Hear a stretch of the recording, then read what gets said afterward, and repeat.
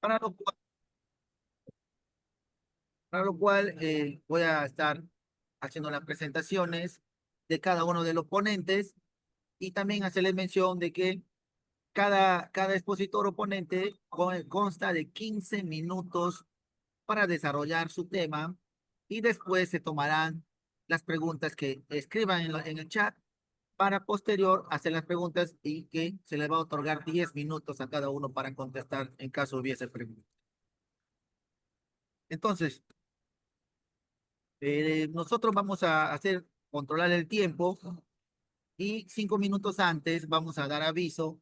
5 minutos antes de completar los 15 minutos vamos a dar aviso para que puedan acelerar en casos fuera necesario. Entonces, vamos a empezar con la primera exposición y para ello voy a presentar a, a la profesora Marleni Medina Mendoza de la Universidad Nacional Toribio Rodríguez de Mendoza. La profesora Marleni Medina Mendoza es de profesión ingeniera agroindustrial de la Universidad Nacional Toribio Rodríguez de Mendoza, con una maestría en gestión para el desarrollo sustentable en la misma casa de estudios y también es becaria del programa doctoral en ciencias para el desarrollo sustentable de Prociencia en la misma universidad y cuenta con una experiencia en formulación de proyectos de I+D+I concursables, especialistas en procesos de producción y análisis de alimentos. No, alimentos principalmente en chocolate y sus derivados. Vamos a dar pase entonces a la profesora Marleni Medina para que pueda compartir su presentación y se le otorga 15 minutos. Sí, Profesora Marleni. buenas tardes a todos. Voy a compartir un momento, por favor, las diapositivas.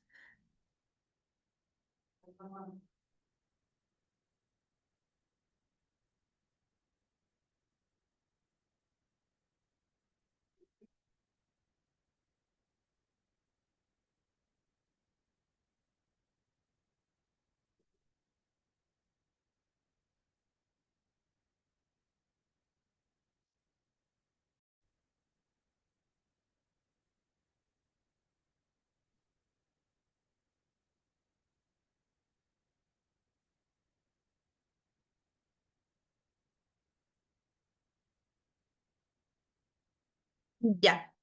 Eh, Se logra visualizar.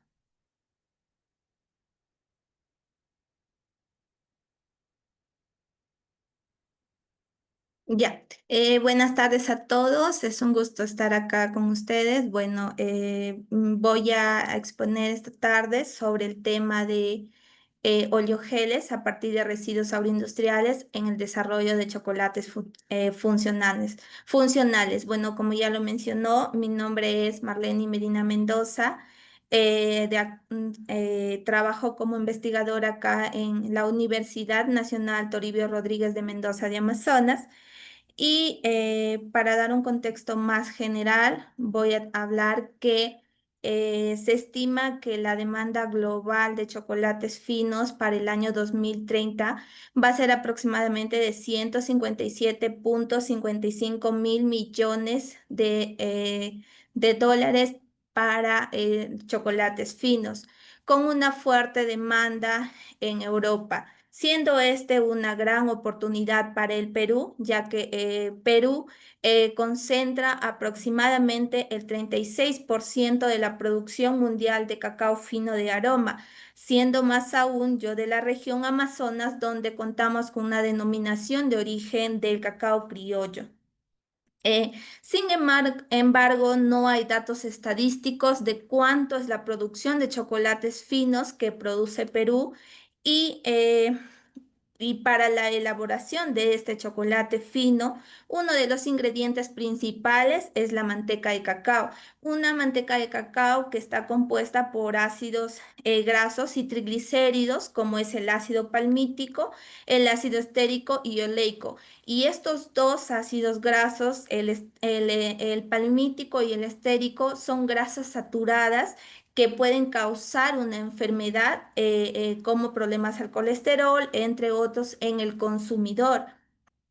Y además de ello, estos ácidos grasos son encargados de generar una estabilidad térmica en el chocolate, que es la dureza o el crack que se genera al momento de consumir el chocolate.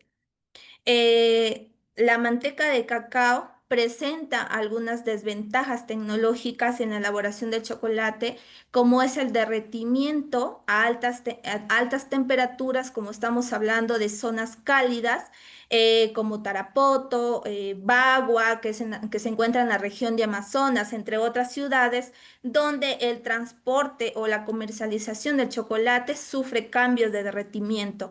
Además de ello, o por consecuencia de este derretimiento, se genera una floración de la grasa del chocolate, que es una capa blanquecina producida en el chocolate, que es un defecto de este. Además, también se genera otros problemas nutricionales, que es el alto índice de grasas saturadas, como ya lo comentaba, que es el ácido palmítico y el ácido estérico. En cuanto a las económicas, su alto costo de la manteca de cacao hace que se incremente el costo del producto final, ya que esto es altamente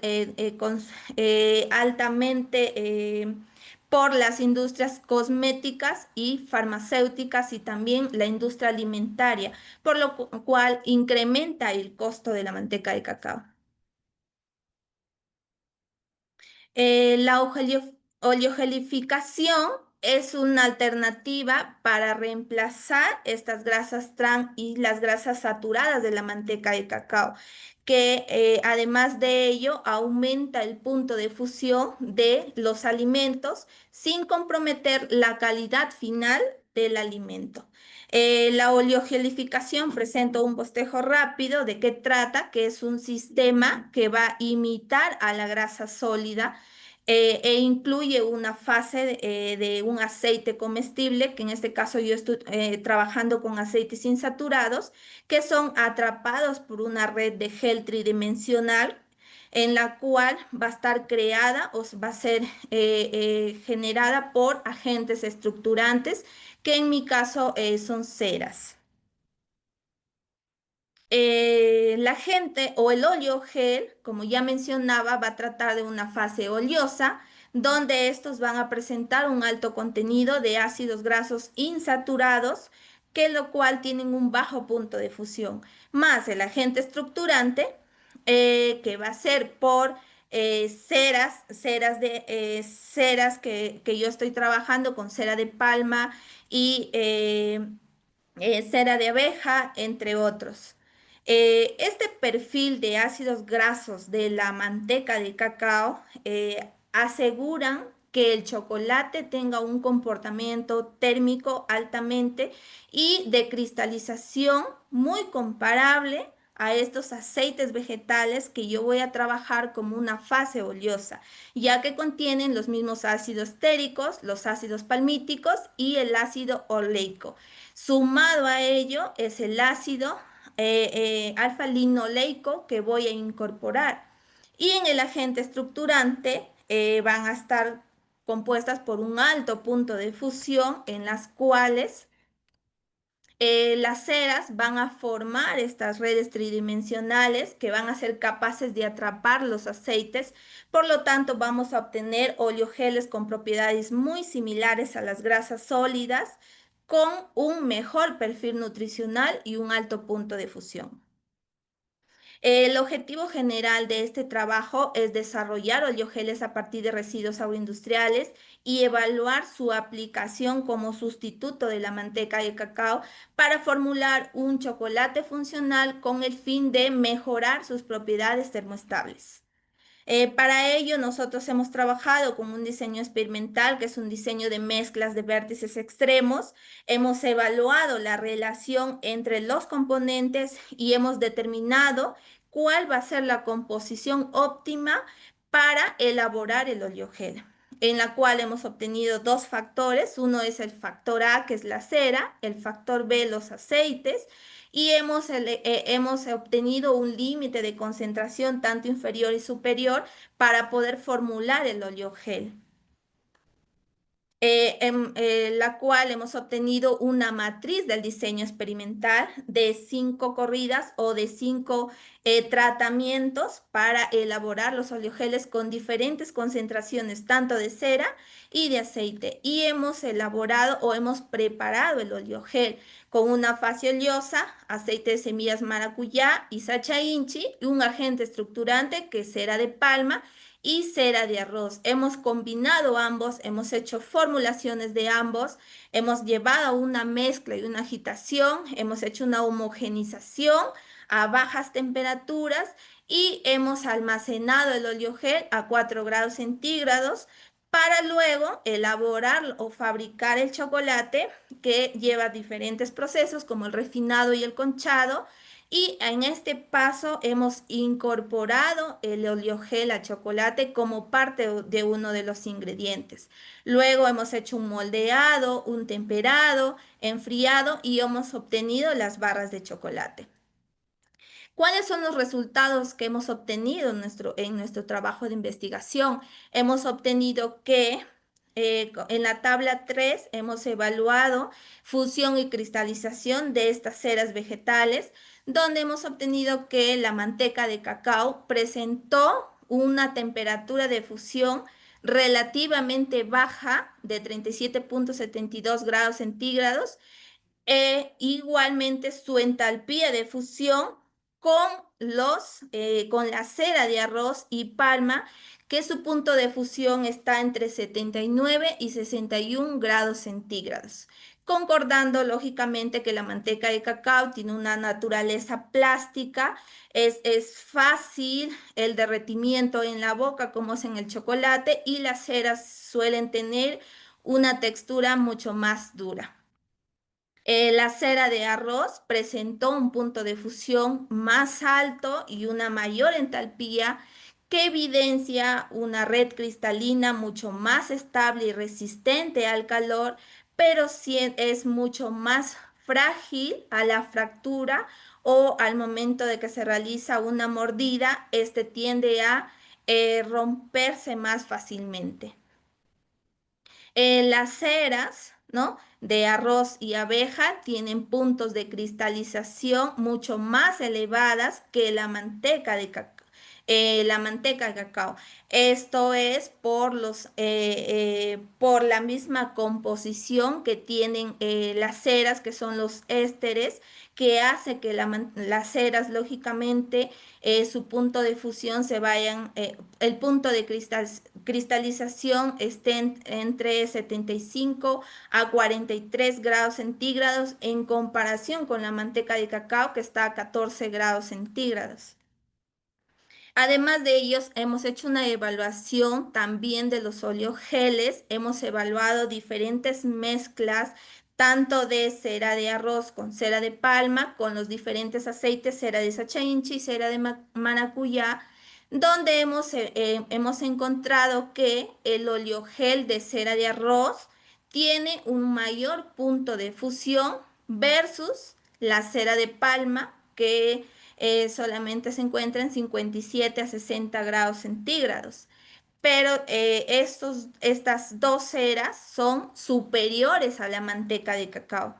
Entalpías bajas en la cera de arroz se evidencia los cristales más duros, menos homogéneos y menos estables. La cera de arroz es rica en ésteres de alto peso molecular, lo cual hace que se eleve el punto de fusión, pero no siempre aporta esta energía de transición para generar una buena viscosidad en las ceras. Al aumentar la proporción de cera de palma, también se incrementa la temperatura de fusión, la entalpía de fusión y la entalpía de cristalización. Por lo tanto, la cera de palma refuerza la red cristalina que aporta una mayor estabilidad térmica para nosotros poder incorporar en el chocolate. Y al disminuir proporciones de ceras, ¿no? También las entalpías decrecen. Esto quiere decir que el aceite va a actuar como un diluyente lipídico, un buen agente para poder elaborar los oleogeles. Profesora Marlene, 4 minutos, por favor. Ya. En los resultados de evaluamos los chocolates, donde encontramos que la adición de los oleogeles elevaron la temperatura de fusión del chocolate en 1 grado centígrado tan solo con el 1% de oleogel y 2,6 grados centígrados con 5% de oleogel. ¿Esto qué significa? Que al aumentar el punto de fusión va a generar mayor resistencia térmica al chocolate en temperaturas cálidas sin que estos pierdan su estructura y su fundencia en la boca del consumidor. La temperatura de cristalización se va a seguir manteniendo estable y no se va a comprometer la organización cristalina de estos. Y por último, hicimos las micrografías cristalinas donde encontramos que la cera de palma es un buen estructurante, la cera de arroz forma cristales mucho más grandes y redondeados que la cera de palma.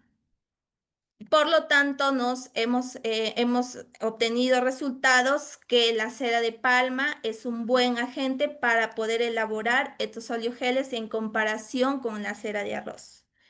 Este trabajo nos muestra que los oleogeles desarrollados a partir de residuos agroindustriales son una buena alternativa para poder sustituir a la manteca de cacao o a otras grasas sólidas, ya sean en chocolates funcionales o en otros alimentos. Además que la tecnología de oleogelificación no solo va a resolver este desafío técnico que es el derretimiento del chocolate en zonas cálidas, sino que también va a agregar un valor agregado a estos subproductos agroindustriales que va a promover la innovación, ¿no? Bajo un enfoque de economía circular.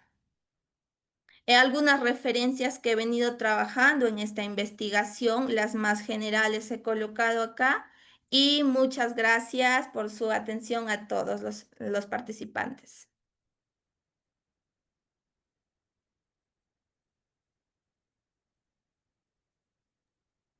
Muchísimas gracias por la ponencia, profesora Medina, de la Universidad Nacional Toribio Rodríguez de Mendoza. Eh, Recordarle al público presente que pueden escribir sus preguntas, que al final de las 3 presentaciones vamos a hacer la ronda de preguntas para que sean respondidas de manera pertinente. Muchísimas gracias y damos Gracias. pase al siguiente ponente, y para eso voy a hacer lectura sobre su hoja de vida o referencia. Corresponde ahora la presentación a Mike Anderson Corazón Givín, de la Universidad Nacional de San Martín, desde Tarapoto. El profesor Mike Anderson es magíster en ciencias biológicas, específicamente en genética, en la Universidad Estadual Paulista Julio de Mesquita Filo, Unesp, Brasil. Campus Botacato, del Instituto de Biociencias, en el año 2014. Es también un investigador calificado como RENACID.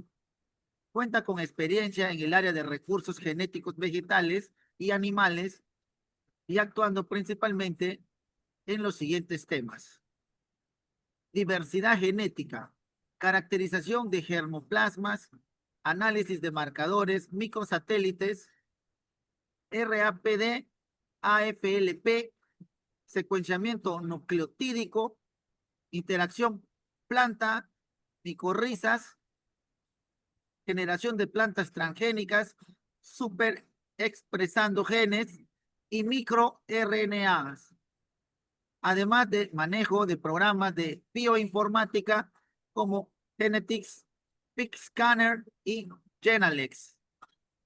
Estimado profesor Corazón Guivín, para su ponencia se le otorga 15 minutos y se le estará avisando cuando falten 5 minutos. Puede empezar, profesor. Corre tiempo. Gracias. Ya, ¿qué tal? Buenas tardes. Agradecer a la Red Peruana por la invitación. Mi nombre es Maya Anderson Corazón Guivín. Soy docente de la Facultad de Ciencias Agrarias de la Universidad Nacional de San Martín. Y a continuación voy a exponer un poco la experiencia en investigación que venimos desarrollando en nuestra institución con el título Diversidad y eficiencia simbiótica de hongos micorrízicos arbusculares nativos en cultivos de importancia agrícola en el Perú. Actualmente soy como responsable del Laboratorio de Biología Genética Molecular de esta facultad. Como es de conocimiento, la línea ecuatorial presenta características favorables para el desarrollo de muchos cultivos de gran importancia a nivel mundial. Interesantemente, en esta línea ecuatorial se encuentra el Perú, un país megadiverso que alberga una diversidad también de cultivos, entre los cuales podemos destacar tres: el cultivo de cacao, el cultivo de café y Sacha Inchi. Y hago énfasis en estos tres cultivos, ya que nosotros como grupo de investigación venimos desarrollando trabajos relacionados al mejoramiento de estos cultivos y al estudio de microorganismos que se interactúan con el sistema radicular para mejorar la absorción de nutrientes. Como es de conocimiento, el Sacha Inchi es una especie semileñosa trepadora de gran importancia que tiene un origen amazónico y que su importancia radica en las altas concentraciones de omegas 3, 6 y 9 que tienen sus almendras de sus semillas. Sin embargo, esta planta enfrenta limitaciones como es la alta susceptibilidad a nemátodos, los cuales atacan el sistema radicular y ocasionan la mortandad de plantas entre el primer y segundo año de establecidas en campo. Esto justamente condiciona y limita la extensión de áreas sembradas con este cultivo. Asimismo, algunas plantaciones de Sacha Inchi son sembradas en suelos infértiles, lo cuales limitan un poco que la planta pueda expresar su máximo potencial productivo, comprometiendo la producción de este cultivo y afectando básicamente a los pequeños agricultores. En este mismo contexto tenemos el café. También justamente en la región San Martín muchas parcelas o muchas áreas están sembradas en suelos de baja fertilidad, lo cual justamente no permite que la planta pueda producir y no se traduce en, la cual se traduce en pérdidas económicas para los agricultores. Asimismo tenemos el cacao, que para muchos autores consideran al Perú como un centro de origen, ya que en el Perú albergan más de 15 grupos genéticos, la mayoría de ellos situados en la región Amazonas, en la región Loreto, San Martín y Amazonas. Infelizmente, en el año 2019, Meter y colaboradores realizando un estudio sobre la distribución de los niveles de cadmio, tanto en África, Asia y América Latina y el Caribe, donde se encuentra el Perú, mencionaron justamente o reportaron que en América Latina y el Caribe existen elevadas concentraciones de cadmio en los granos, teniendo una media de 1 ppm. Esto es preocupante justamente debido a que esto podría limitar las exportaciones hacia el mercado europeo.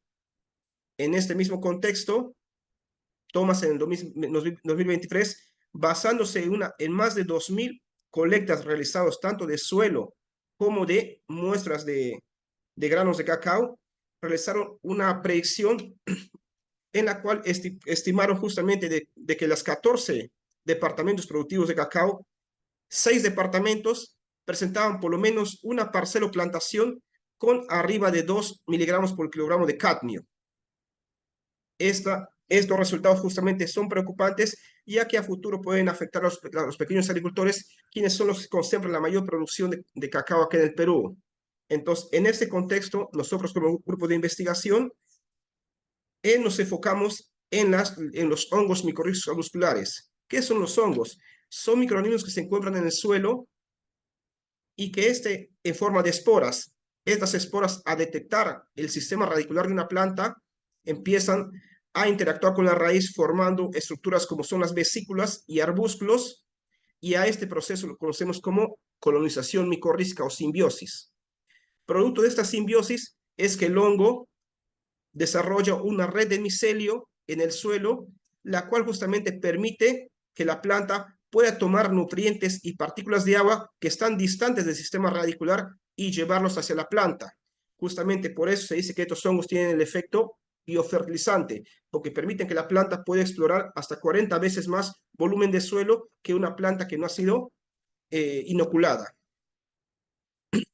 Es así justamente con esa experiencia, con esos conocimientos previos, que ejecutamos un proyecto denominado Identificación y Validación de Especies de Micorrizas nativos eficientes como bioprotectores y biofertilizantes en los cultivos de café y Sacha Inchi en la región San Martín.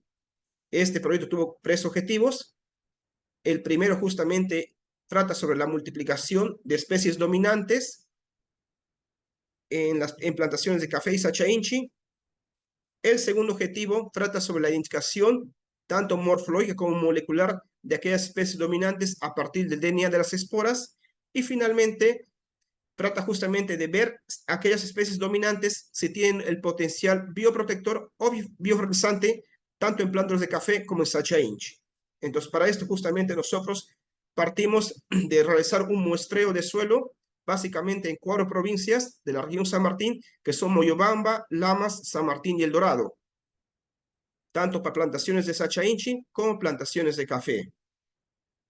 Acá tenemos justamente la distribución geográfica de los puntos de colecta en las 4 provincias, haciendo un total de 12 parcelas muestreadas para café y lo mismo para Sacha Inchi.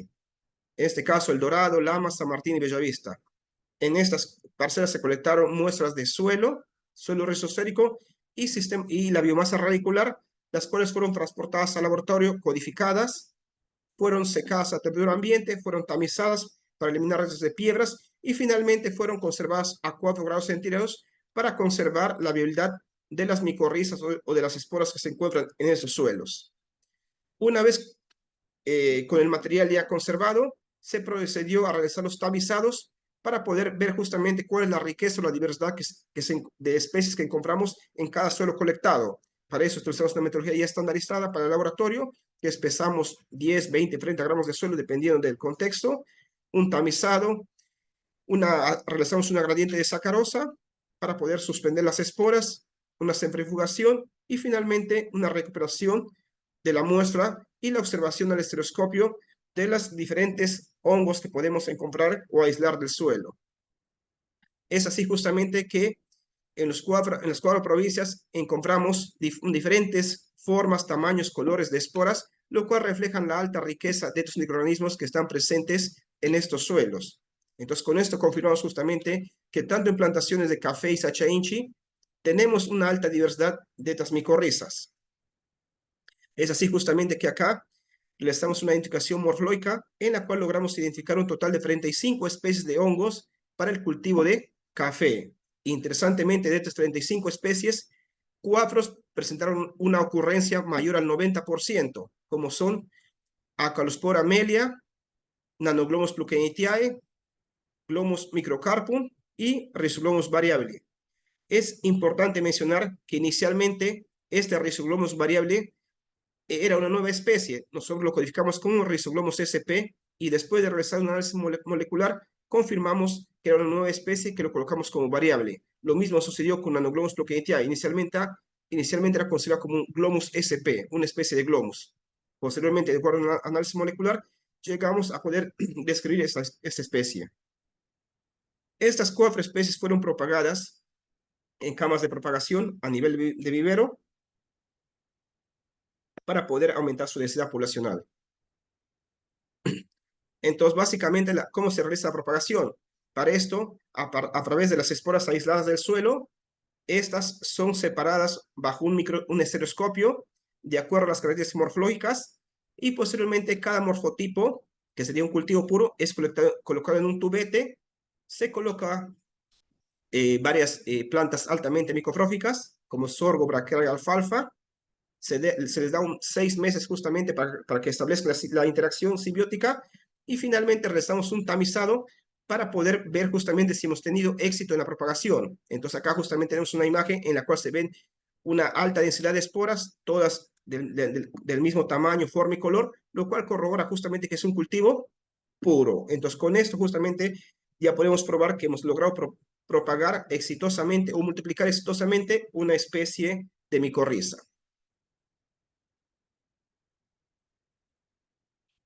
Ya.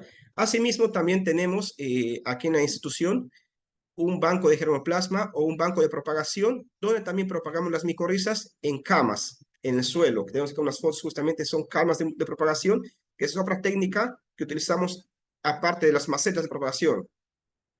La ventaja justamente de las camas de propagación es que acá podemos propagar micorrizas a gran escala, en varios kilogramos de sustrato. Acá les muestro una vista. 4 ¿Sí? minutos, profesor, disculpe. Ya. Les muestro una vista de una capacitación que tuvimos en España. Ahora, para la identificación morfológica, nosotros justamente a partir de los cultivos puros realizamos el aislamiento de las esporas en láminas y la indicación en el microscopio. Después, justamente con esa indicación, indicamos algunas posibles nuevas especies, las cuales realizamos la parte molecular. Para esto, justamente, aislamos las esporas, hacemos una desinfección de ellas. A partir de las esporas ya desinfectadas, hacemos un cóctel de reactivos, un PCR con ciertas gradientes de temperatura, amplificamos un fragmento de 1500 pares de base y después mandamos a la empresa Macrogem para poder ver comparar las secuencias obtenidas con las secuencias depositadas en NCBI y ver si corresponden a una nueva especie. Es así justamente que en el año 2019 publicamos una nueva especie llamada Fundeloglomus sanmartinense, que es una especie que tiene una ornamentación particular, la cual corroboramos con un árbol filogenético, lo cual corrobora que todas las secuencias obtenidas tienden a agruparse entre ellas, formando un clado único y diferenciado de los demás, con lo cual confirmamos que es una nueva especie. Asimismo, publicamos otra nueva especie, Nanoglomus plukentii, la cual es una especie en un género nuevo también. Plukentii lo colocamos porque es en referencia a que le encontramos una parcela de Sacha Inchi, que es Plukenetia volubilis. También tenemos un nuevo género, Microcalmiesca peruviana. Tenemos una otra especie nueva que hemos publicado, Clospora áspera. Tenemos un Paraglomus occidentale. Y así tenemos una lista de especies que hemos logrado publicar desde el 2019 hasta la fecha.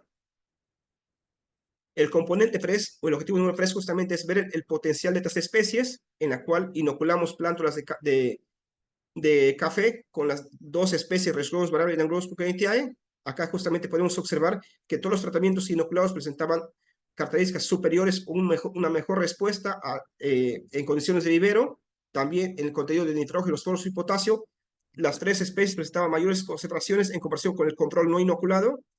Y acá podemos ver justamente una imagen en la cual refleja estas diferencias. Los tres tratamientos inoculados tienen un mayor tamaño en comparación con el control no inoculado.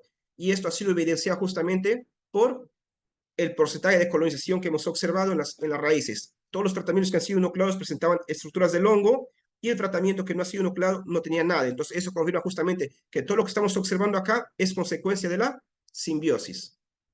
Asimismo, también logramos identificar algunas especies de nemátodos en Sacha Inchi, bajo una metodología básicamente de purificación de masa de huevos, y identificando la especie de nemato que ataca el Sacha Inchi, planteamos un experimento en el cual probamos el efecto bioprotector de estos nemátodos, de estas micorrizas contra nemátodos en plantas de Sacha Inchi. Tenemos acá justamente bajo dos contextos, uno, la infestación de nematos y micorrizas al mismo tiempo y después de 45 días.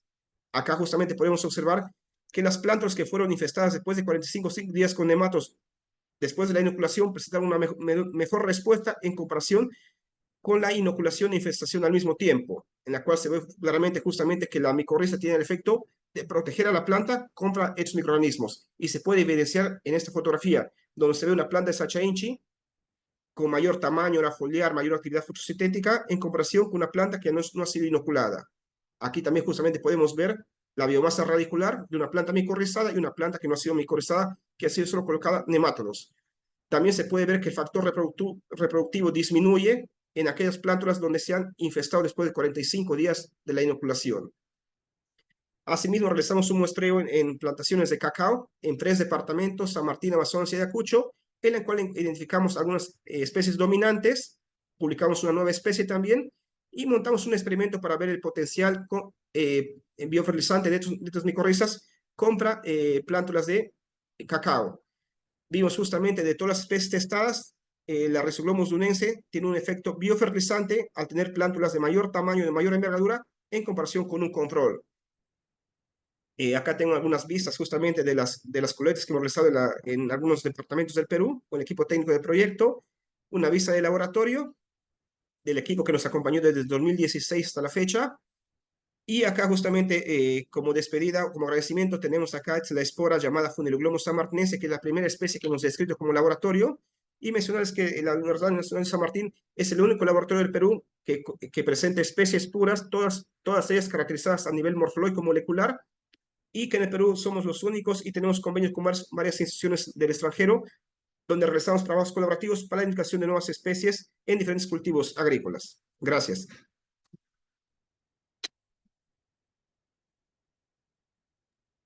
Muchísimas gracias, profesor Mike Anderson.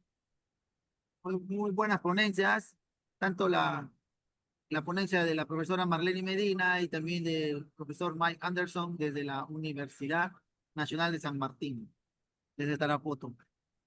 Bueno, hacerle mención también a todos los presentes que las preguntas, dudas o alguna aporte que quieren hacer a nuestros ponentes, por favor, pueden escribir en el chat, pueden poner sus preguntas que al final estaremos soltando las preguntas para ser respondidas pertinentemente.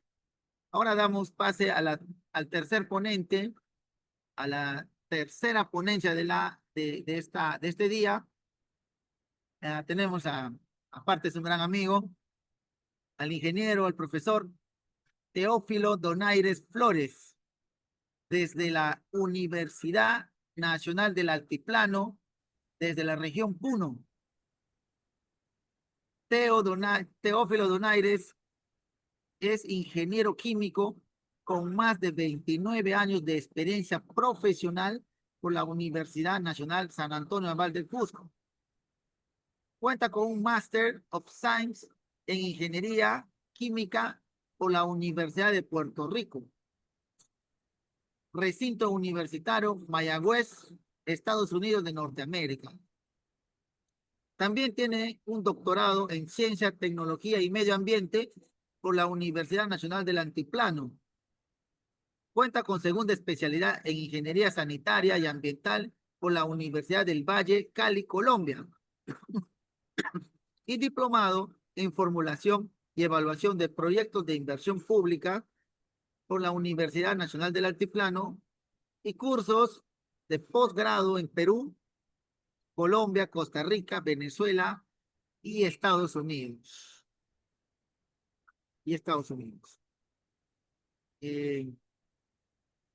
Vamos a dar pase a nuestro ponente, el profesor Teófilo Donaires Flores, y recordarle que cuenta con 15 minutos para hacer su presentación. Puede empezar, profesor Teo Donaires. Corre tiempo. No, muchísimas gracias. En primer lugar, agradecer por la presentación, estimado amigo, y un cordial saludo a todos los presentes en la sala desde las orillas del lago Titicaca, Puno. Muy bien, el tema que voy a presentar en esta oportunidad es ocurrencia, bioacumulación y riesgos ecotextológicos de residuos de antibióticos en aguas de la bahía del lago Titicaca y agua potable de la ciudad de Puno. Este trabajo ha sido realizado de manera conjunta con el proyecto del Fondo FEDU de la Universidad Nacional de Altiplano Puno, en la que participa mi persona, el doctor Samayoa, la doctora Tello, el doctor Roque, la doctora Rodríguez y la colega Tevez.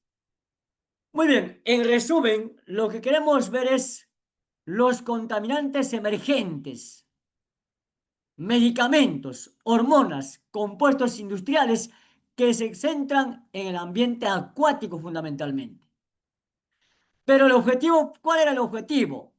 Evaluar la presencia y la concentración de riesgo ecotoxicológico de contaminantes emergentes en ecosistemas acuáticos, tomando como referencia nuestro lago Titicaca.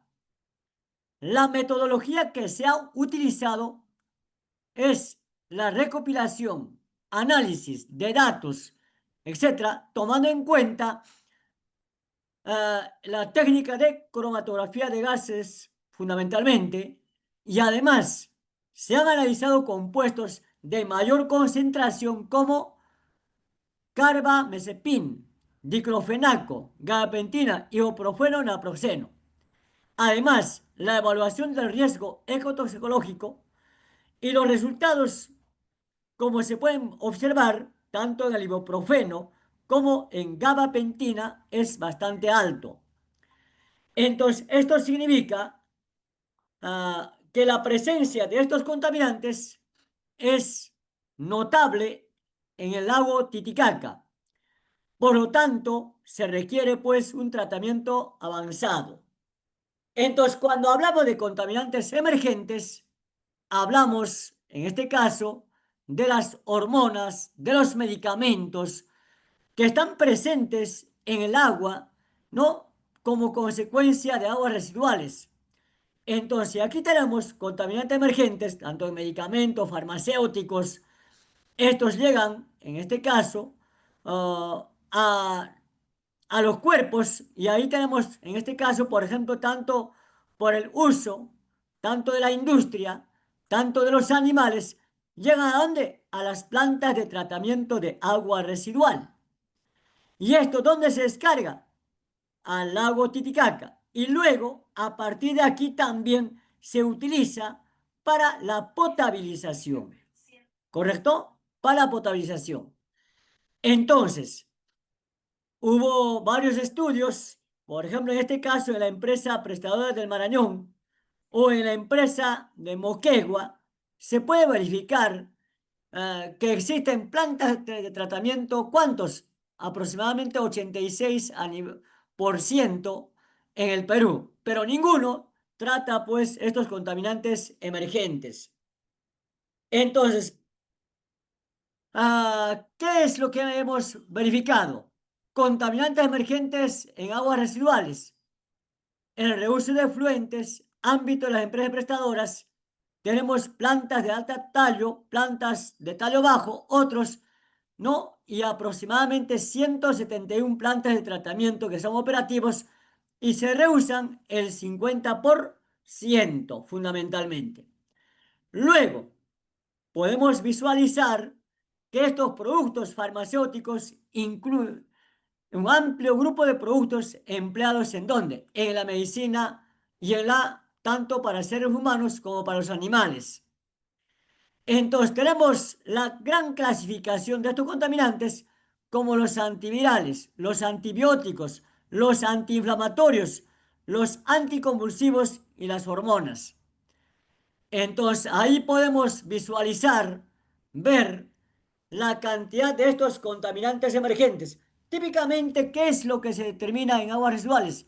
pH, DBO, DQO, sólidos suspendidos, nitratos, carbonatos, pero no vemos estos compuestos emergentes, ya sean farmacéuticos veterinarios, los antimicrobianos, los antibióticos, promotores del crecimiento. ¿Dónde? Entonces, esto es fundamental. Entonces, ¿recuerdan? En el Perú, el consumo de fármacos es sumamente amplio. Casi el 57% de usuarios compran fármacos con receta, ¿no? Pero el resto, la mayoría, es sin receta, de venta libre. Y ahí podemos ver, por ejemplo, uno de los medicamentos de venta casi común, ¿cuál es? Paracetamol, ¿no? O gabapentina. O tenemos el diclofenaco o sulfometazol. Entonces, estos compuestos cada vez más se van acumulando en cuerpos de agua. Por lo tanto, es sumamente importante y fundamental realizar estudios. Entonces, a través de una alianza con la Universidad Nacional La Molina y la Universidad Nacional del Altiplano, se ha hecho un estudio en el caso de Lima, aguas superficiales del río Rímac, en el caso de Puno, a 3.810 metros sobre el nivel del mar, en la laguna del Espinar, se hicieron pruebas y primero para ello hemos clasificado en 4 grupos de estos medicamentos, ¿no? Tanto analgésicos, antipiréticos, analgésicos, fármacos, ¿no? Podemos visualizar los antibióticos en el grupo 4, ¿no? De tercera generación, el grupo 5, las hormonas también. Y cada uno de estos tenemos la clasificación. Esto era el primer grupo, lo que se ha realizado en ese barrido es del primer grupo. En lo más importante tenemos el diazepam, diclofenaco, naproxeno, ibuprofeno, etc. Entonces, aquí podemos ver los antiepilépticos, los analgésicos, los antipiréticos, los antiinflamatorios y los antirreumáticos. En este caso tenemos el grupo de medicamentos compuestos diclofenaco, profeno, ibuprofeno, ¿no? Naproxeno, paracetamol. Y también el grupo 1, los terapéuticos, tenemos los tranquilizantes. Pero en resumen, lo que queremos demostrar es que hay presencia de estos contaminantes, tanto en la planta piloto de aguas residuales de la Universidad Nacional Agraria La Molina, ¿no? En el río Rímac, donde se hicieron los ensayos, ¿no? Para ver las muestras, siguiendo los protocolos correspondientes de acuerdo a las normatividades y la norma técnica peruana para la toma de muestras. Y en el caso de la región de Puno, ahí podemos observar lago Titicaca y al lado tenemos la planta de tratamiento de aguas residuales que consiste en una laguna de oxidación fundamentalmente.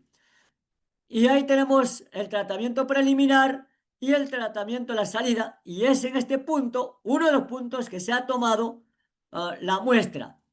Luego, en el medio del lago, y otro a unos 500 metros básicamente de la laguna de Espinar, y otro cerca a la captación de agua potable.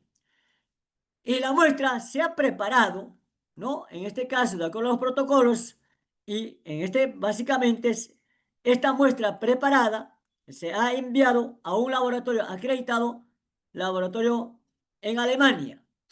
Entonces, los compuestos que se han encontrado, básicamente, por ejemplo, en el río Rímac, ¿cuáles son? En alto porcentaje, naproxeno, gabapentin, diclofenaco, ibuprofeno, los de alto.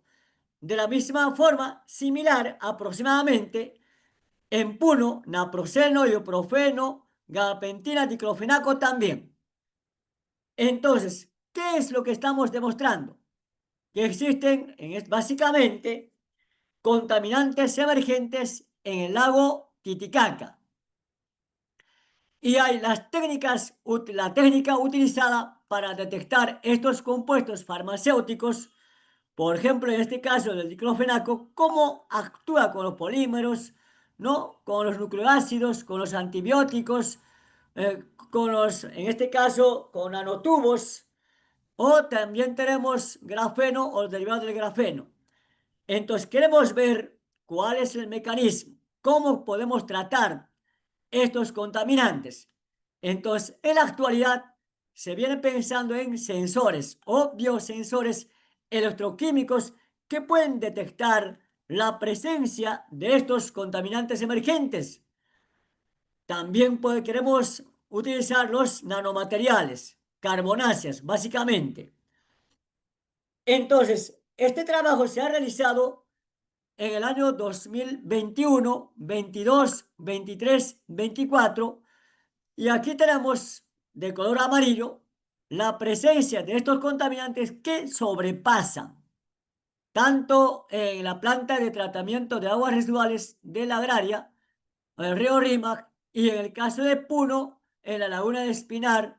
Aquí tenemos como muestra el 21, 22, 23, y se puede observar, ¿no?, la concentración de estos contaminantes emergentes que sobrepasan. Pero también somos conscientes que en nuestro país no tenemos normatividades referente a estos contaminantes emergentes. Si nosotros revisamos, por ejemplo, el ECA del agua, ¿no?, en ninguna de las categorías pues aparecen estos tipos de contaminantes para poder controlar los antiepilépticos, tampoco los analgésicos ni los tranquilizantes.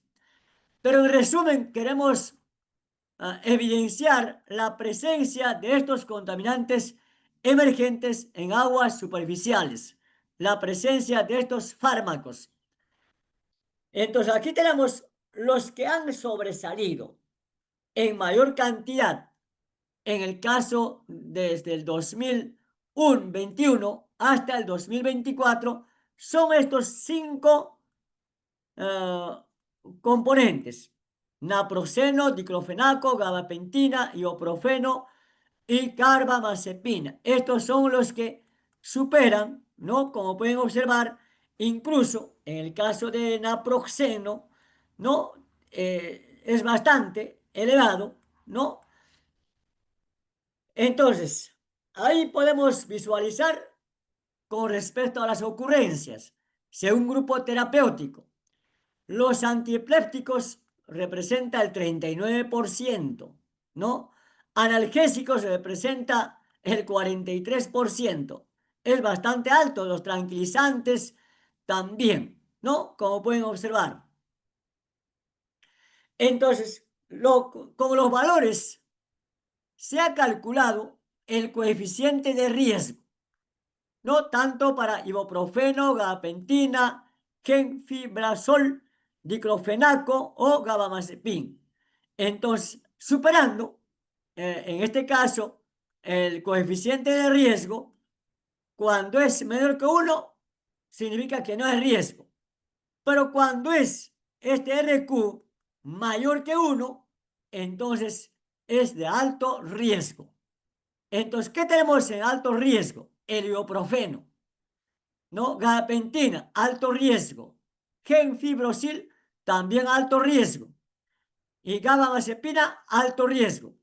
Diclofenaco podemos decir moderado.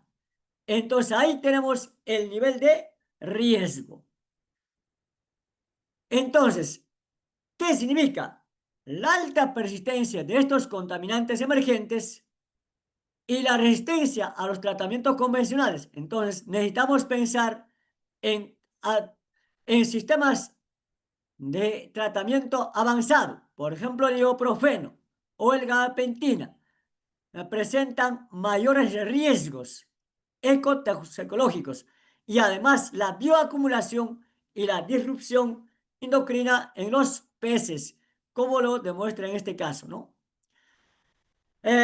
Con respecto a las normatividades, solamente tenemos en la Unión Europea de diclofenaco, gabamazepin en la lista de medicamentos vigilados. La EPA presenta límites de compuestos para compuestos farmacéuticos, pero en el caso de nuestro país aún no tenemos regulaciones específicas con respecto a los contaminantes emergentes. ¿Qué impactos ocasiona en el ambiente? Alteración de procesos reproductivos y también la parte metabólica. Riesgo de resistencia antimicrobiana. Cambios en la microbiota acuática. Entonces ahí podemos ver. Y las conclusiones que se han llegado con este trabajo, ¿cuáles?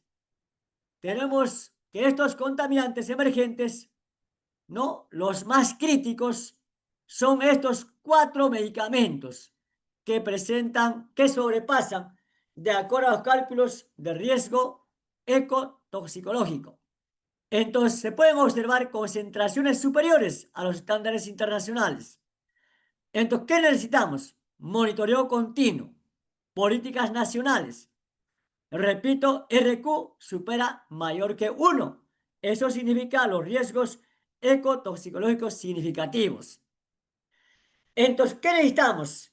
Como recomendación de este trabajo de investigación es que se debe implementar tratamiento avanzado. ¿Y cuáles se recomienda? Oxidación avanzada o fotocatálisis o también electrocoagulación. Luego, para regular concentraciones, ¿qué necesitamos? Regular estas concentraciones.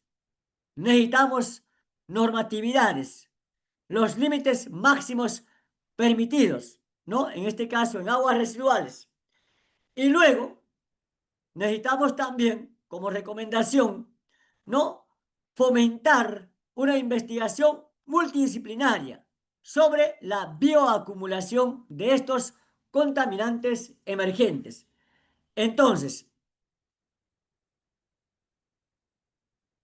las perspectivas de este trabajo, ¿cuáles?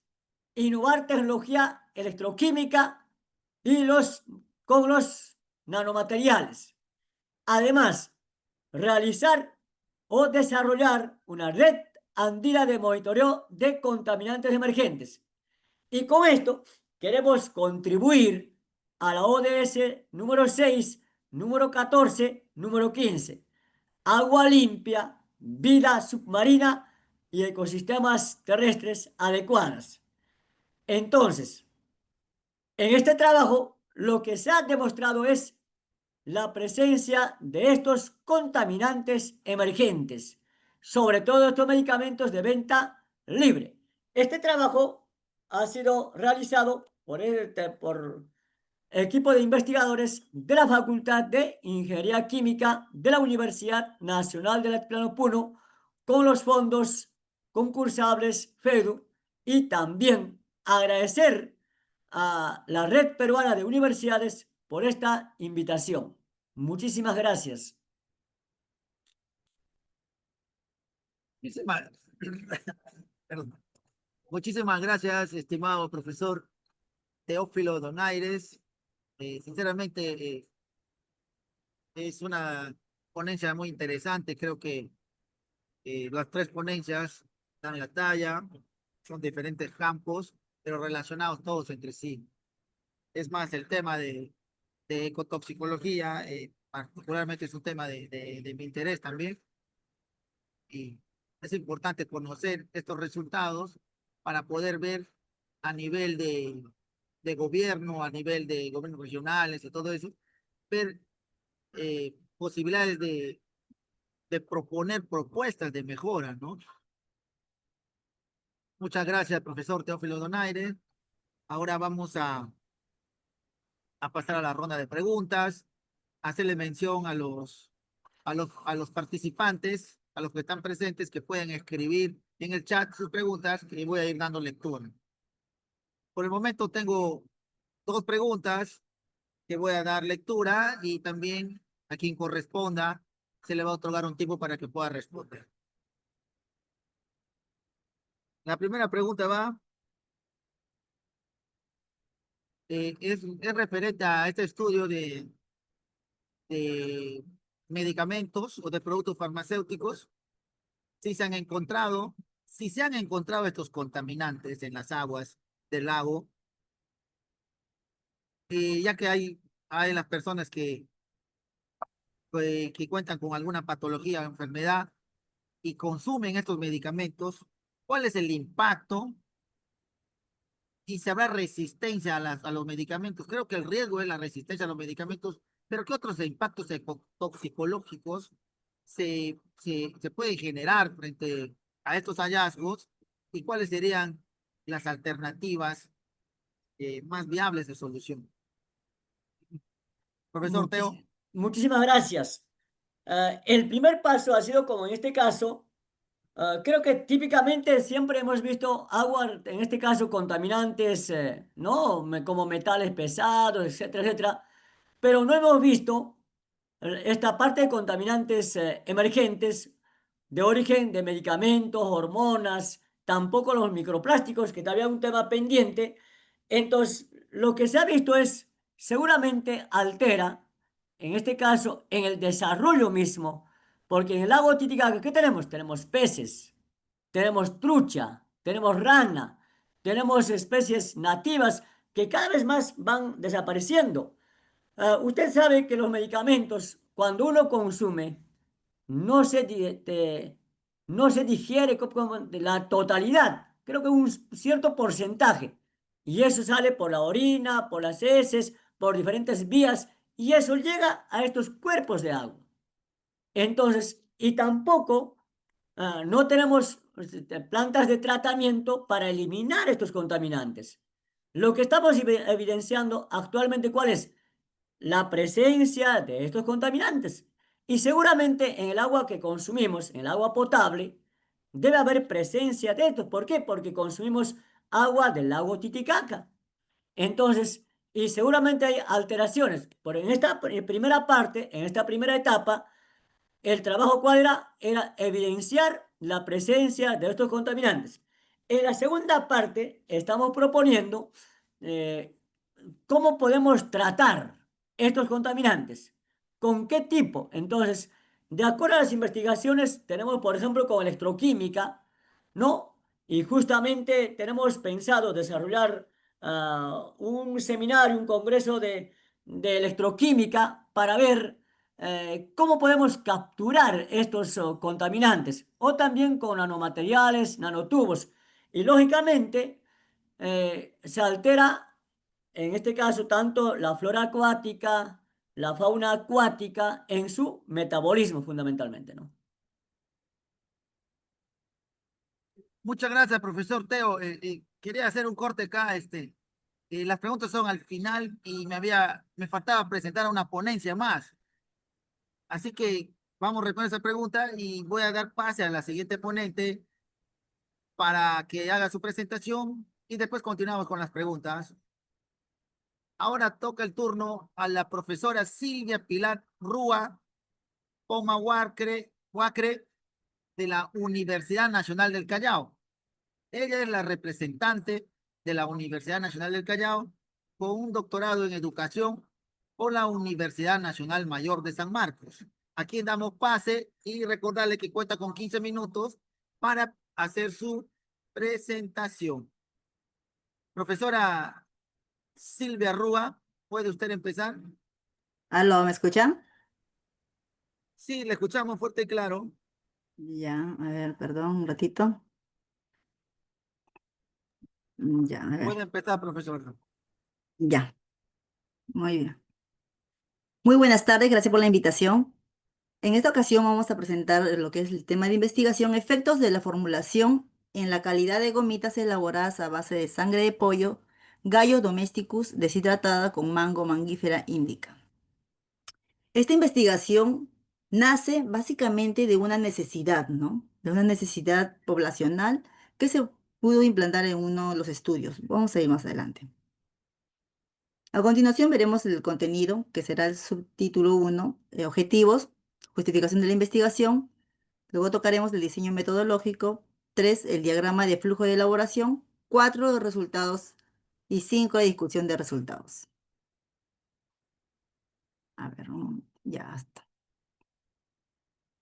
Sabemos que muchos alimentos que consumimos pueden tener algunas micro cantidades de hierro, pero no es necesario para nuestro cuerpo. Entonces nosotros tenemos que consumir algunos que otros productos para que se complementen ellos. Tenemos varias variedades de ellos, ¿no? Por ejemplo, tenemos los vegetales y frutas deshidratadas, que lo podemos consumir, las pecanas, ¿no? El maní. Tenemos legumbres, cereales, frutos secos, semillas, ¿no? Tenemos también las lentejas, las menestras, carnes, pescados y mariscos que también cuentan con una cierta cantidad de hierro. Pero como digo, no siempre la necesidad del cuerpo es asimilada porque muchas veces son muchos los factores extrínsecos que afectan. Entonces, para ello nace este tipo de investigación que es el de evaluar el efecto de la formulación de la calidad de gomitas elaboradas a base de sangre de pollo.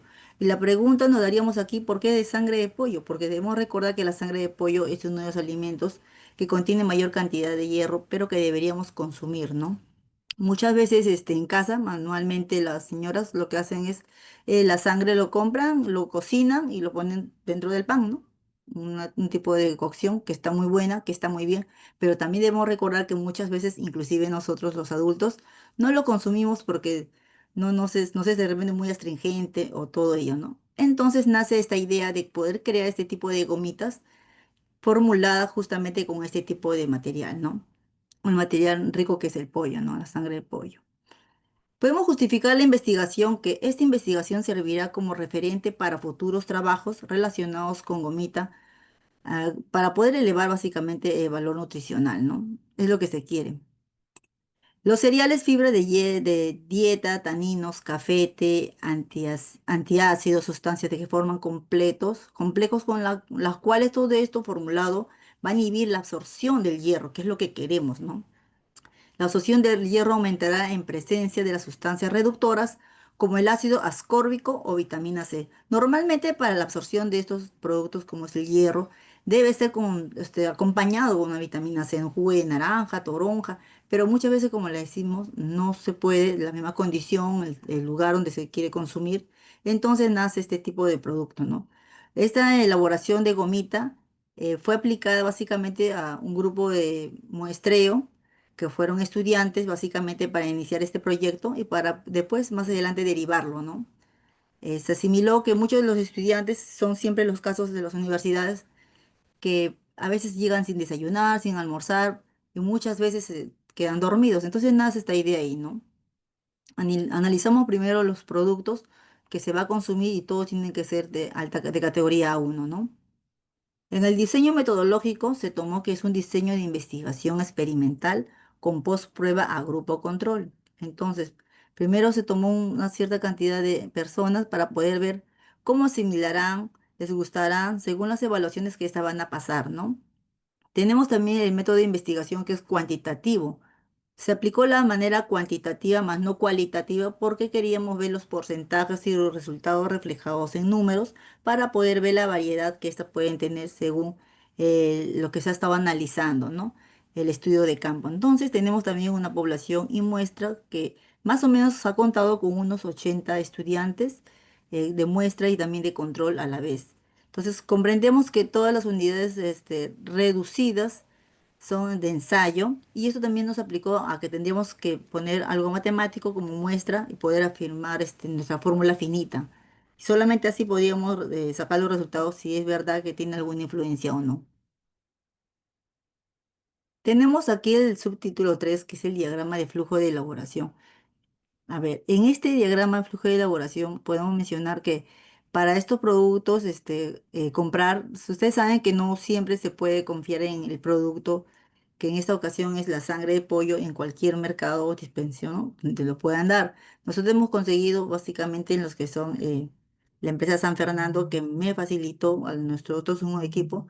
Yo lo elaboré con un grupo de estudiantes en la Universidad Nacional del Callao, en nuestros laboratorios de la Facultad de Ingeniería de Alimentos donde se aplicó el estudio y la elaboración de este. Entonces, recoger los productos, pero no nos vendió, nos trajo el producto empaquetado y nosotros pasamos ya a lo que es para la parte de proceso, ¿no?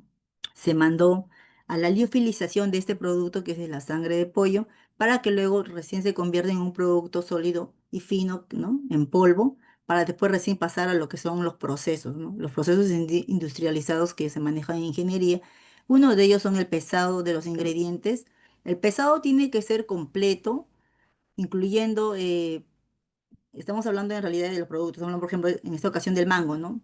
Con todo y pepa, con todo y cáscara, primero se pesa y después se hace lo que son los resultados. Tarando sacamos lo que son un lado de la pulpa y el otro lado sacamos la merma, que son las cáscaras, ¿no? Bajamos a los que son pesados del mango que lo tocamos, luego licuamos qué cosa, solamente la parte de la pulpa, pasamos una colación fina, a veces se pasan las fibras, ¿no? Por la misma, el colador, pero pasamos también por un pequeño tocuyo mucho más fino, en la que recién solamente salen las gotas, ¿no?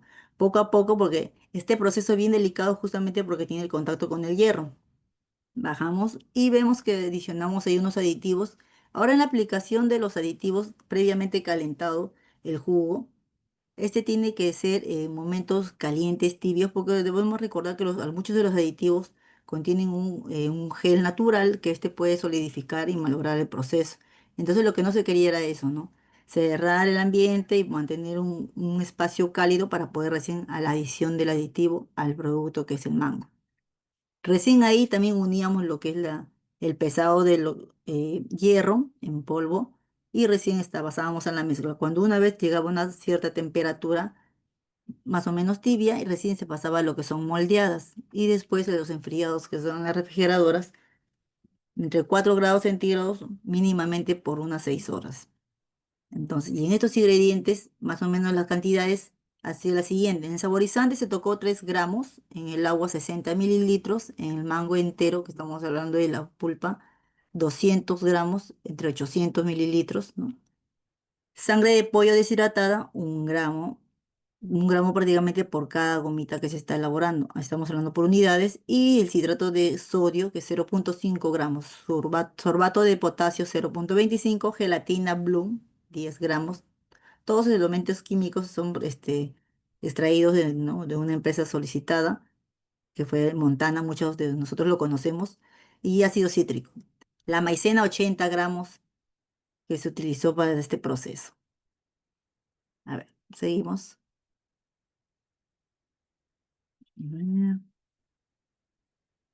A ver.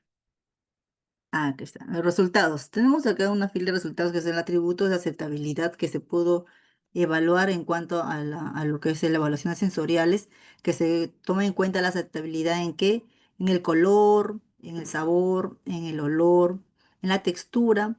Entonces, en la aceptabilidad pudimos ver que sí, sí fue parte de las personas que han podido aceptar 4,43%, lo que se compara con 4,35, con 4,23, ¿no? Que algunos de repente le veía un poco raro, pero claro, cuando se aplicó esta prueba de sensoriales, nunca se dijo de qué estaba el producto, simplemente se puso en una fuente y se hizo la presentación. Y solamente así consumieron, ¿no? Que te agrada, no te agrada, simplemente se puso así, algo muy básico para que luego el catálogo, el catador, ¿no? No se asuste, ¿no? Porque después ya se va haciendo los procesos. Tenemos también el color, que también fue aceptable. Más abajo vamos a ver el color cómo salió para que puedan ver que es un poco más fuerte de repente por el mismo color del mango, porque en un inicio se quiso hacer inclusive con otros productos que fue la fresa, pero la fresa como tiene mucha humedad, tendía rápidamente a ponerse líquido. Entonces el mango se mantenía todavía su contextura en el momento del proceso, que era lo que se quería, ¿no? Entonces, tenemos también el sabor. En el sabor fue bastante similar porque debemos saber que el mango es un poco más aceptable en el mercado, en cualquier fruto o bebida inclusive, ¿no? Tenemos aquí el valor porcentual de los productos que se llegó a elaborar. Tenemos en las proteínas en valor porcentual 24,81, que es lo que contiene el producto. En grasa 0,01% y en las cenizas se llegó a sacar 18,12%. Humedad 1,5 porque no es tan sólida, tampoco es tan aguada. Más o menos se tuvo que hacer ese porcentaje para poder llegar. Y en el hierro 23,12 miligramos por 100 gramos que se usó. Tenemos la vitamina C 5,3 miligramos por 100 gramos que también se aplicó. Entonces podemos ver que aquí nuestros porcentajes, parte de nuestros resultados también, ¿no?, por los productos analizados, que el análisis de varianza demostró que sí existe diferencia significativa entre las medias de los puntajes sensoriales de aceptabilidad, color, sabor, olor, por adición de los porcentajes de sangre de pollo y pulpa de mango. De esta relación pudo ver una significancia de 0,05%, la cual fue aceptada ¿no?, a nuestra población, a la muestra. Entonces se siguió haciendo ese proceso, ¿no? A ver. Más o menos salieron estos colores, ¿no? Se llega a ver. No fueron algunos tan fuertes, algunos sí, más o menos.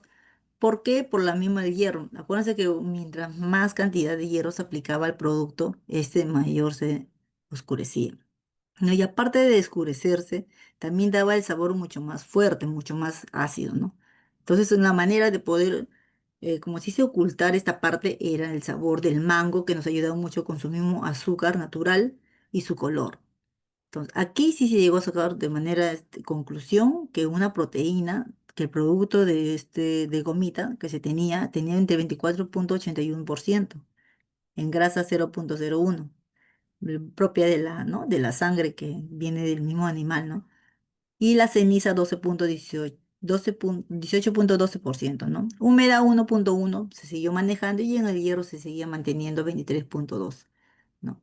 ¿Cómo llegamos al color? A veces me preguntan, dependiendo, ¿no? Hemos hecho en realidad varias muestras para poder llegar al color, porque siempre nos salían oscuros, oscuros, oscuros. Y debemos recordar que a la gente lo que llama la atención a los ojos son el color, la atracción, y después ya se va por el lado de la degustación, ¿no? Profesora Entonces tenemos, Silvia, 4 ¿sí? minutos, por favor. Ok.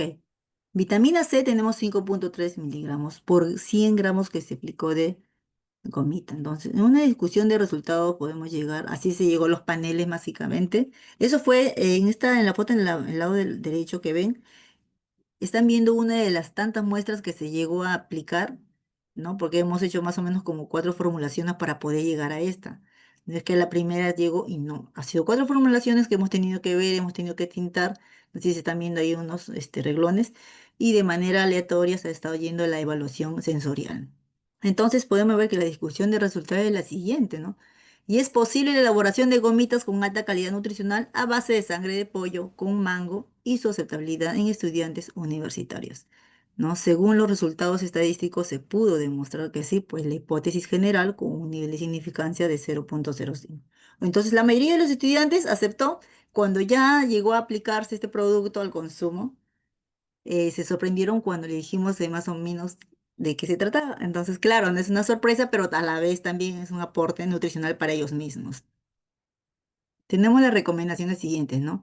Que la cantidad de sangrecita, que normalmente esta es la que deberíamos consumir, la que un niño también debería consumir y la que ustedes, ¿no? La mayoría de los jóvenes que están presentes, que han sido invitados, deben consumir, ¿no? Porque debemos entender de que el hierro es un aporte nutricional sumamente importante porque también es la bombilla de todo el cuerpo porque estamos formados de hierro, de sangre hasta el cerebro y hasta los pies. Entonces es importante que 2 veces a la semana esto sea consumido. Y de una u otra forma, este proyecto lo que ha tratado de hacer es básicamente eso, ¿no? Aportar en el lado nutricional a los estudiantes para que nuestros estudiantes puedan rendir académicamente bien, ¿no? Entonces, promover el consumo de gomitas en adiciones de pollo, con adición de sangre de pollo en la población vulnerable para combatir la anemia debido al aporte de hierro hemílico que esto tiene.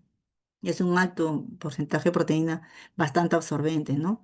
Realizamos estudios clínicos para evaluar el incremento de la hemoglobina en personas con anemias leves o moderadas con el consumo de las gomitas de sangre en pollos para comprobar su efecto de combatir anemia. Y sí es cierto, ¿no? Después de esto tenía que pasar más o menos mínimamente unos 3 meses para poder concluir que efectivamente está haciendo el aporte que es lo que nosotros queríamos. Conclusión, podemos decir que el análisis nutricional de la gomita fue excelente, pues ya mencionamos las proteínas, las grasas, las vitaminas, contenidos de hierro, nuestras referencias bibliográficas, algunos que nos han ayudado un gran aporte. Y podría decirle muchísimas gracias por su atención. Muchísimas gracias, profesora Silvia Rúa. Interesante proyecto y interesante trabajo y la participación activa de estudiantes y muchos otros investigadores, ¿no? Bueno, terminando ya las 4 ponencias, las 4 presentaciones, corresponde a tomar referencias de las preguntas que pueda el público hacerlo a través del chat. ¿No? Tenemos algunas preguntas, una ya nos adelantamos, ya nos contestó el profesor Teófilo Donaires. Aunque tengo otra pregunta sobre esta última ponencia, sobre una de los usuarios pregunta a qué sabor o cuál es el sabor o a qué saben estas gomitas eh, preparadas con sangre de aves. Ah, ya. En realidad su sabor básicamente es a mango, porque se le puso mayor porcentaje a mango, ¿no? Se le puso 75% para que ésta pueda ser camuflando al hierro. Porque si cuando era al revés en nuestra primera muestra no era aceptable, no había aceptabilidad. Se sabe más a mango, se sabe más que todo al fruto que se está trabajando. Muy bien. Bueno, acá tenemos otra pregunta también. ¿Pudieron hacer una investigación para saber si sus estudiantes con anemia y al consumir las gomitas pudo demostrarse el incremento en el nivel de hemoglobina? Justo estamos en ese proceso, trabajando porque este proyecto se hizo este año recién. Lo tenemos hace, será 5 meses y estamos aplicando a ello. Nos estamos juntando con los especialistas que son nutricionistas para poder con estas investigaciones seguir. Sí, realmente, sí, tiene mucha razón. Realmente para hacer un estudio clínico se requiere también ciertos permisos, pero se puede hacer como eh, unos estudios preliminares, porque si se ve, garantiza la seguridad de la gomita, ya puede determinarse si es que hay un antes y un después en alguna población que acepta entrar al estudio, ¿no? Claro que sí, de manera Necesitamos, diversificada trabajamos todas las especialidades en realidad, ¿no? sí, si es un estudio multidisciplinario pasaría a ser. Bueno, continúo con las preguntas. En este caso es otra pregunta para otro de los ponentes, que es, ¿De qué manera los hongos micorrízicos arbusculares nativos pueden contribuir a reducir la dependencia de fertilizantes químicos en la agricultura peruana? Sí, ¿qué tal? Buenas tardes nuevamente. En teoría y por los resultados que hemos observado nosotros a nivel de vivero y campo, hemos visto justamente que la inoculación de plántulas o la producción de plántulas inoculadas con estos hongos y después llevadas a campo, se reduce hasta un 50% el uso de fertilizantes químicos o orgánicos, ya que una planta inoculada en campo tiene un mayor aprovechamiento de los nutrientes que están en el suelo circundante y por ende, al tener un mayor aprovechamiento, necesita una menor adición de fertilizante. En cierta forma, contribuye reduciendo el uso excesivo de productos químicos, ya que la planta justamente por sí sola puede tener una mayor captación de nutrientes del suelo, ya que explora hasta 40 veces más volumen de suelo que una planta normal que no tiene estos hongos. Muchísimas gracias, profesor. Muchísimas gracias. Seguimos con más preguntas. Bueno, hay otra pregunta que yo tengo referente a ecotoxicología sobre los medicamentos. En el caso de estos compuestos medicinales que se encuentran en las aguas residuales y que estos van al lago o a otras fuentes de agua, si es que ha mencionado también que se presenta la bioacumulación, ¿no? Que se acumula en el recurso hídrico, que puede ser algunos peces o algas o lo que sea. Y si es que esto también pasa a un tema de biomagnificación.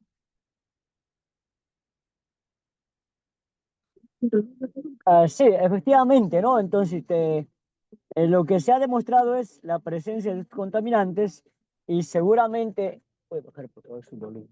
Y seguramente estos cada vez más se acumulan en los peces y eso puede pasar a biomasificación, ¿no? Se puede masificar en con la presencia de estos, ¿no?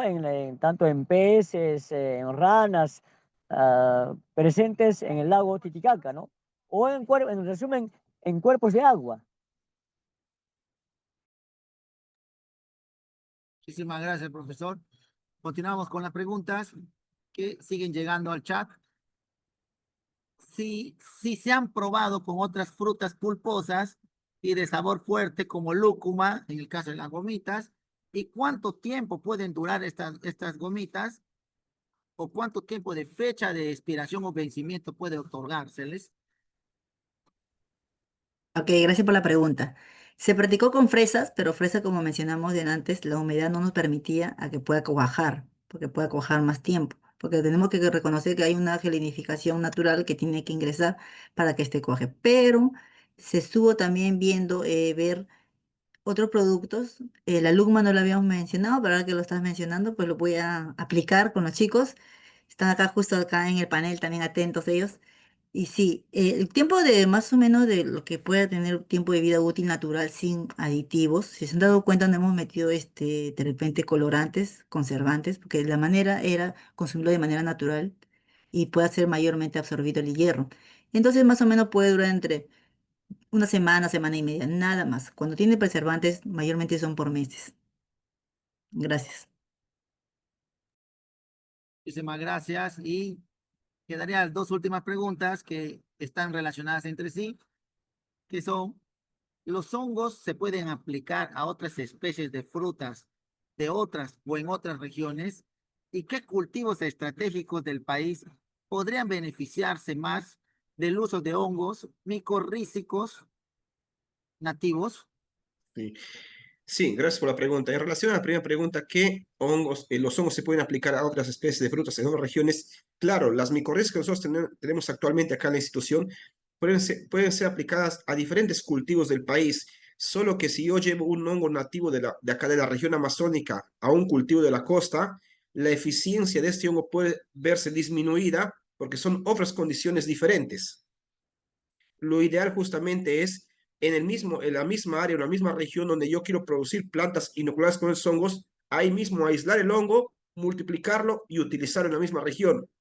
Como, por ejemplo, un ejemplo, si, por ejemplo, a un peruano lo llevo a África a trabajar, el rendimiento de esa persona no va a ser, bajo ciertas condiciones, no va a ser idónea. Lo mismo acontece con estos hongos. Entonces, en conclusión, la mejor alternativa es en la misma región aislar hongos, propagarlos y utilizarlos para esos cultivos de forma local. Ahora, la segunda pregunta es, ¿qué cultivos estratégicos del país podrían beneficiarse de las micorrizas? En este caso, nosotros como región San Martín ya tenemos identificado algunas especies de hongos para cultivos de importancia, como son café, cacao, sacha inchi. Ya tenemos las cepas identificadas morfológica molecularmente y que han sido testadas y que tienen ese potencial de promover un mayor desarrollo. Entonces, con esto respondería esa pregunta justamente de qué cultivos estratégicos, básicamente café, sacha inchi y cacao.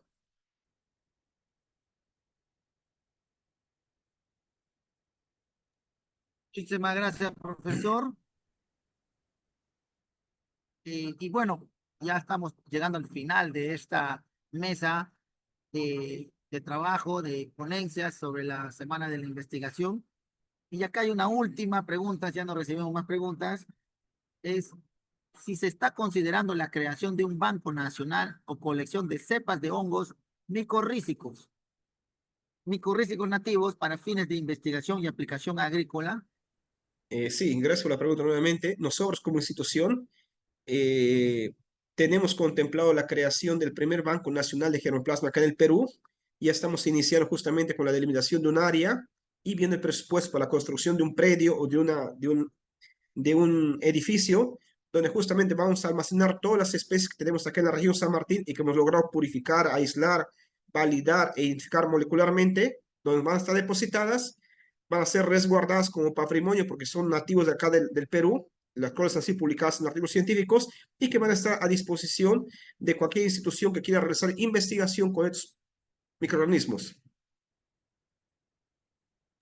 Muchísimas gracias a todos nuestros ponentes, a la profesora Silvia, al profesor Teófilo, a la profesora Marlene y al profesor Mike Anderson por sus investigaciones y decirles que se siga realizando este tipo de proyectos de investigación, que sean trabajos también multidisciplinarios. Y tenemos una plataforma muy importante que es la Red Peruana de Universidades, en las cuales podemos compartir este tipo de actividades y también proponer proyectos donde podamos combinarnos a nuestros investigadores con los suyos y poder sacar propuestas muy interesantes, ya sea a nivel de provincia, a nivel de país y de forma internacional.